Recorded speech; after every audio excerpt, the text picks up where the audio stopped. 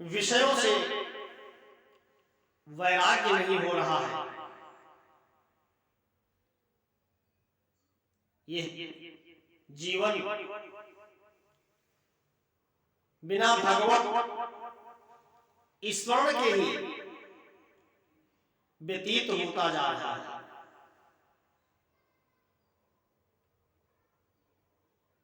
राज्यपाठ करते करते चौथा पन आ गया है। बहुत दुख हुआ, हृदय बहुत दुख लगा, बहुत दुख हुआ कि ये जीवन तो एक दिन समाप्त हो जाना है, परंतु जिस हेतु हम इस संसार में आए हैं उस परमात्मा का हमने चिंतन किया ही नहीं। अपने पुत्र को बरबस वो नहीं चाह रहा था, फिर भी राजमुकुट पहना करके और उसका राज तिलक करके अपनी पत्नी शतरूपा के साथ सोचने लगे कि कहां हम जाकर के भगवान की प्राप्ति का साधन करें।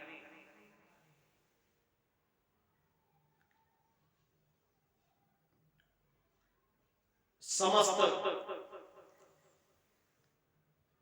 गुप्तचरों से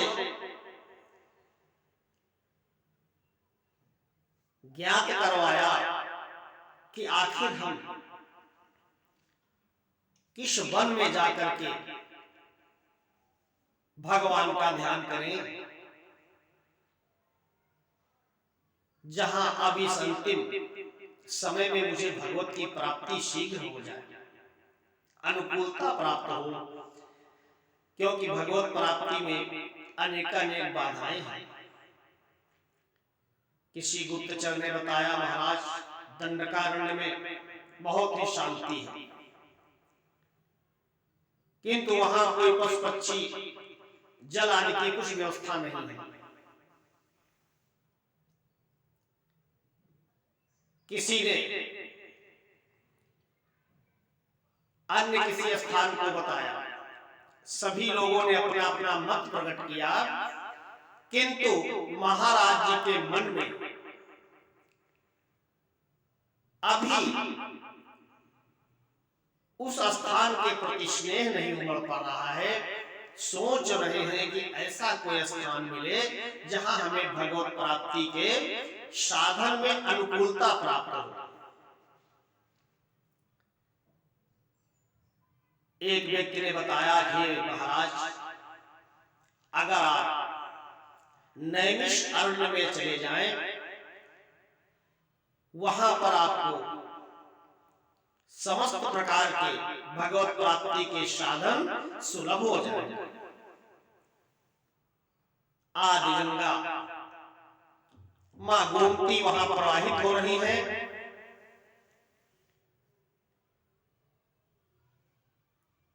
समस्त प्रकार के तीर्थ वहां पर विराजमान है और ज्ञानी, ध्यानी, भक्त, सिद्ध, मुनि, ऋषि सभी वहां पर, यहां तक कि सौनकादि 88,000 ऋषि मुनि अपने पूरे समाज के साथ निवास कर रहे हैं। हमारे विचार से वहां आपको सत्संग लाभ मिलेगा और आपको साधन में अनुकूलता प्राप्त होगी।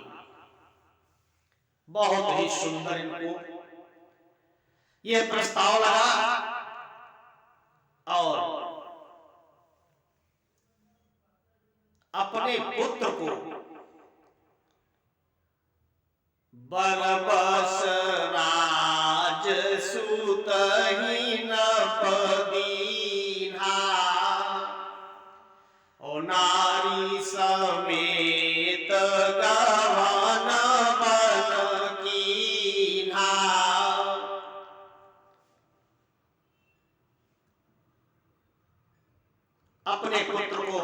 राज्य सौंप करके अपनी पत्नी शतरूपा के साथ वनगमन किया।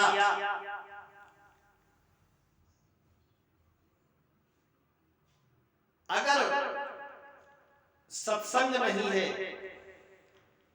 साधन नहीं है, तो अरण्य में भी बहुत सी कठिनताएं हैं। इसलिए भगवत भक्ति, भगवत प्राप्ति में सर्वप्रथम साधन, सत्संग, अनुकूलता प्रारंभ में अवश्य देखना पड़ता है। उसके बाद तो भगवत प्राप्ति हो ही जाती जब भगवान की इच्छा होती है। किंतु प्रारंभ में तो देखने पड़ता है कि किस स्थान पर हम जाएं जहां पे हमको सुगमता रहेगी। आज ये परम प्रसन्न दोनों लोग नैमिष अरण्य की तरफ चल दिए और चल करके आदि गंगा मां गोमती के तट पर रुके।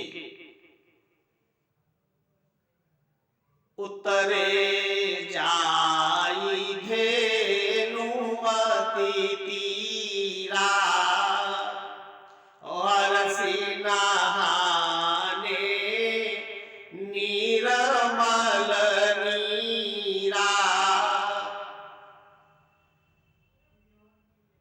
आज आदि गंगा मां गोमती के तट पर ये पहुंच करके और स्नान किया, जलपान किया, विश्राम किया। पूरे अरण्य क्षेत्र में ये बात फैल गई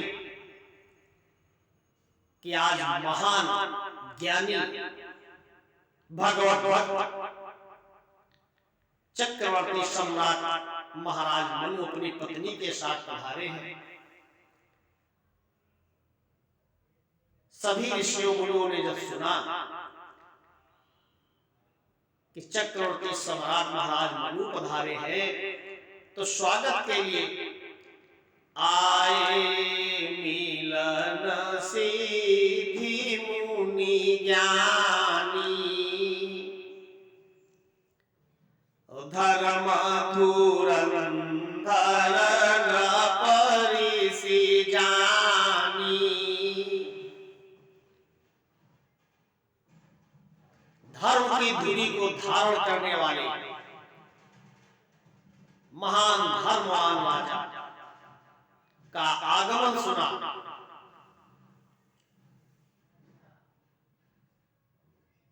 तो समस्त सिद्ध मुनि और ज्ञानी मिलने के लिए आए।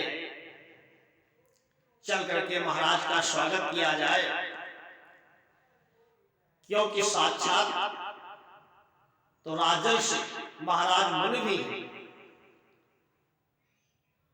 ये संयमित जीवन राज्यपाट करते हुए भी बिता रहे थे।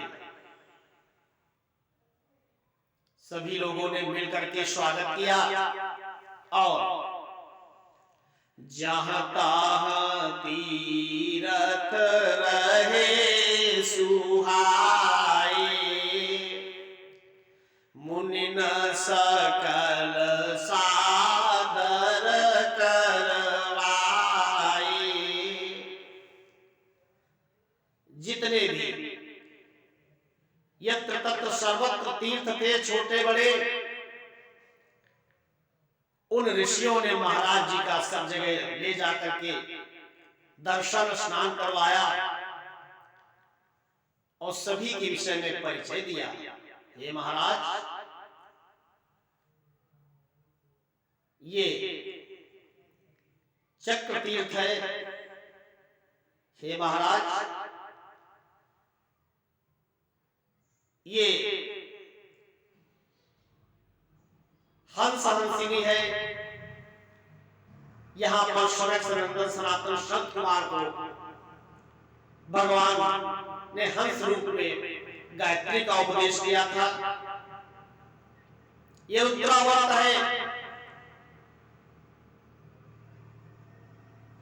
गोमती के अंदर एक स्थान है जहां पर आज भी हम कुछ फल चढ़ाते हैं, बेलपत्र डालते हैं, फूल चढ़ाते हैं, तो सब तो जल के भीतर चले जाते हैं। प्रसाद रूप में एक फल आज भी आपको प्राप्त हो जाता है। ये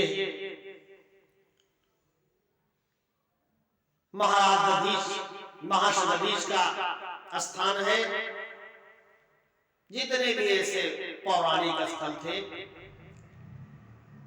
उन सभी का दर्शन करवाया और उनके विषय में व्याख्यान किया। आज ये महाराज मन को इतना वहां पर वो स्थान भा गया कि अयोध्या से धीरे धीरे इनका मन हटने लगा, मोह का बंधन टूटने लगा। समस्त प्रकार के ऋषियों का वहां समागम हो रहा है। पूरा समय का सत्संग में व्यतीत हो रहा है। सूत जी अपने पुराणों की कथाएं सुना रहे हैं। ये आहार विहार का भी संतुलित हो गया। ऋषियों जैसा ये आहार विहार कर रहे हैं। शरीर दुबला हो गया। कृष्ण शरीर मुनि पट परिधाना, और सत समाज नित सुनहि पुराना। शरीर इनका बड़ा कृष्ण दुबला हो गया है। मुनि पट परिधाना, इनके जो पहनने के वस्त्र हैं सब मुनियों के जैसे, और सत समाज नित्य सुनहि पुराना, संतों के समाज में जाकर के नित्य पुराणों को सुनने लगे। द्वादश अक्षर मंत्र पुनि जपहि सहित अनुराग, वासुदेव पद पंकरुहि दंपति मन अति लाग।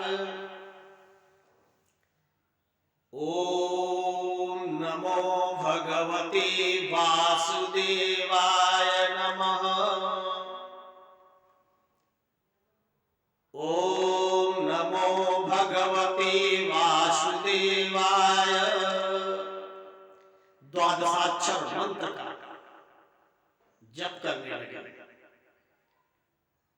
प्रेम पूर्वक भक्ति के साथ इस मंत्र का इतनी श्रद्धा से जप प्रारंभ किया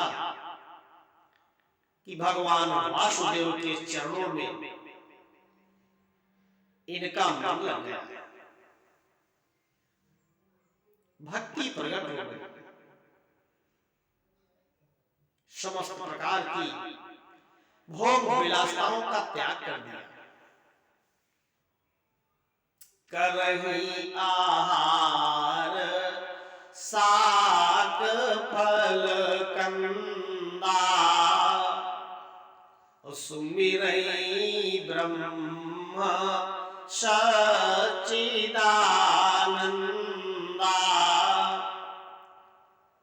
अब अपने आहार में शाक, फल और कंद का आहार करने लगे। अन्न का त्याग कर दिया और श्री वासुदेव भगवान के चरणों में इनका मन लग गया।